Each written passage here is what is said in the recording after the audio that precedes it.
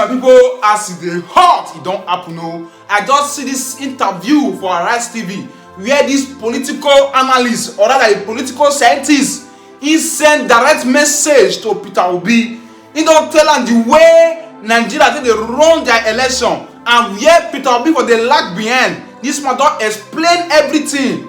And he also talk the way Peter Obi go to win this election. Say if he follow all these steps, Peter Obi go win this election. And he not see forget to see state the fact say Peter Obi remain the best candidate when they run for this presidential race. Make I not talk too much, my business family. Make una share this video because Peter Obi need to listen to this video. Make una share it in campaign councils need to listen to this video. Make una share it with the share. And please make una not forget to scrutinize what this guy talk. If not truth he talk, put am for the comment section. Why if what he talk not valid, see put am for the comment section.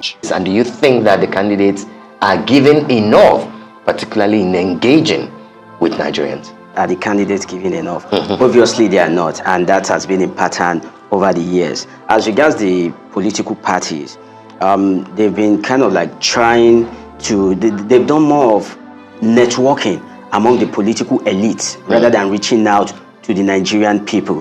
The candidates of APC and that of PDP, they are not new to the game. And these are men that believe that they kind of like have their own network, so they just try to kind of like win some crucial people that they believe can help them influence things to their side, and maybe towards the election, maybe they will now reach out to the Nigerian people the usual way, distribute rice, you know, there's money for vote buying and all that. But ordinarily now you don't see much of engagement with the Nigerian people. If you look at the manifesto, if you look at the rallies, like it's more of like, let me just be present. If you look at what they are saying at the rallies, it's not really what really touches the life of Nigerians. You don't see them kind of like addressing the real issues, and when they touch on the issues, they just say, okay, there's no much electricity in Nigeria, we are going to provide electricity. They don't go deep. Like how?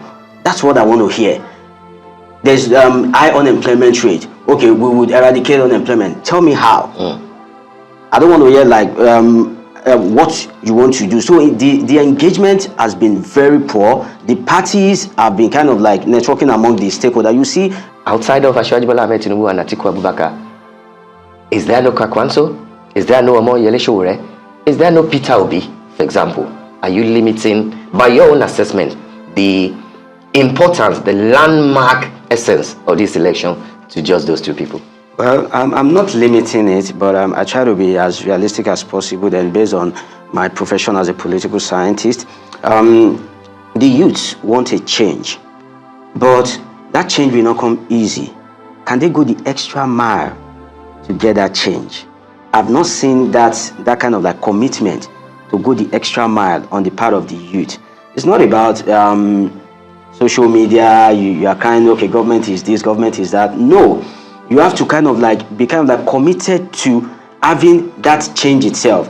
And if you look at the structure, whether anybody likes it or not, like in Nigeria, the kind of political arrangement we operate, you need structure. And when I mean structure, you need strong structure right from the top to the bottom. So like Peter Obi, who is a very strong force in this race, do not have such a structure, sincerely.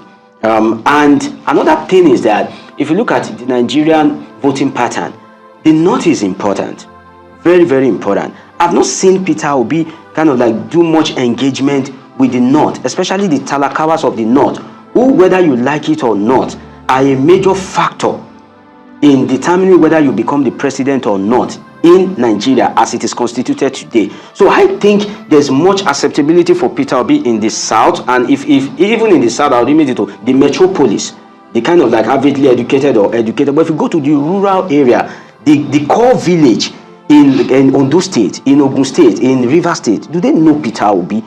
Is that your thinking, or is it research based? No, it's research based. Like, for example, an old woman in the rural area, yes, that's uneducated, yes, over the years knows the logo of APC and PDP. Some of these people want to vote Peter Obi. When they get there, they'll be struggling to kind of like, where is his logo? Like, it takes a lot for a presidential election. Because some of them, they don't even kind of like, they may not even be able to kind of like identify the logo, despite the fact that they want to vote for you. So the engagement, if you stay within Lagos, Ogun, Port Harcourt, you would think maybe Nigeria ends there. No. And during my NYC years, many years ago, I served in Kano. If you travel that far, you see that Nigeria is very big and vast. It's not within just Lagos, Abuja. No. Those people in that core that core rural area, how do you reach out to them? How have you kind of like oriented them? Then the agents that you are going to have there, you are dealing with big guys. These are guys that they won't think about to give you electricity, they don't think about to give you jobs, but when they want something from you, they know how to get it. They know how to cajole you. So your agents that are there, like, how do you want to kind of like keep them in check? So you must have a movement that these people will see it as like their own winning. You see people come, like, when it comes to APC, you see some people, despite the bad performance of APC, without apologies to the government, they take it very personal, like, APC is the best thing. And you'll be wondering, like, are you do you really know what you are saying? If you see some of the presidential spokesperson, the presidential campaigns, something, when they are on media, the aggressiveness, you don't muzzle Nigerians. This is the reality. Like, how do you want to kind of like win another? So I think for the Labour Party, the best, and keep this on record, there may be a time that there will be a Nigerian consensus, just like we had the mini consensus during the Niger Delta crisis, and Goodluck Jonathan evolved from there as the vice president. A consensus might emerge, and Peter Obi might be in a very strategic position to kind of like, take the kind of like Nigerian consensus on behalf of the Southeast. So I see Peter Obi like maybe the next Buhari of the North, like a kind of like Buhari of how Buhari was in the North then. Peter Obi might eventually be that from the Southeast, or maybe the entire South. But in terms of winning the presidential election, he's the youngest. He appears to be the brightest, in all honesty. But his chances, to me, as a political scientist, is not that bright as it used to be. Another thing, apart from reaching out to the North, is the northern oligarchs itself. If you go back to the Eziogu coup or something, now you see the kind of like arrangement between North and South. Some will say the civil war is still on, like, blah, blah, blah. If you look at it, like the northern oligarchs themselves, like, what is their perception about the Southeast presidency? You need to consider that. Are they kind of like willing? Will they kind of like say, okay, like, and these are people. Southern presidency? Yeah. Or Southeast? I think Southeast presidency. Now, I think, yes, they are not against. They are not against the Southern presidency. They can't be against it if they want a united Nigeria. But a Southeastern presidency, like, will the northern oligarchs who kind of like have the power to say, okay, like, vote this way and thousands of people will vote that way, how many of them are subscribing to the Peter Obi presidency? Yeah. All right. Well, we're beginning to wrap up really quickly. I mean, earlier you alluded to the fact that a lot of the youth want change, and you have based your comment about Peter Obi on research. Now, are you saying, I mean, a lot of Peter Obi's supporters, all the youth that are, canvassing for him, will disagree with you. They would say that Peter Obi has the structure. Yeah, they'll see the results very soon. Yes, they would disagree with you. Now, are you saying, or are you part of the group that are saying that the Nigerian politics today is heavily monetized, and the person with the biggest war chest will become Nigeria's president, as you have just alluded? Well, the truth is, in Nigerian politics today, the role money plays is very saddening. When you are poor, your defense is weak. If they tell you go this way, what's your resistance level? If I tell you now that, Oji, go this way, you'll be like, why should I go that place? Because why? You're educated, maybe you have some money in your pocket. But this poor population. And another thing is that one of the ways it has been asserted to win election is, like, keep these people, keep them under check, like, hold what they need.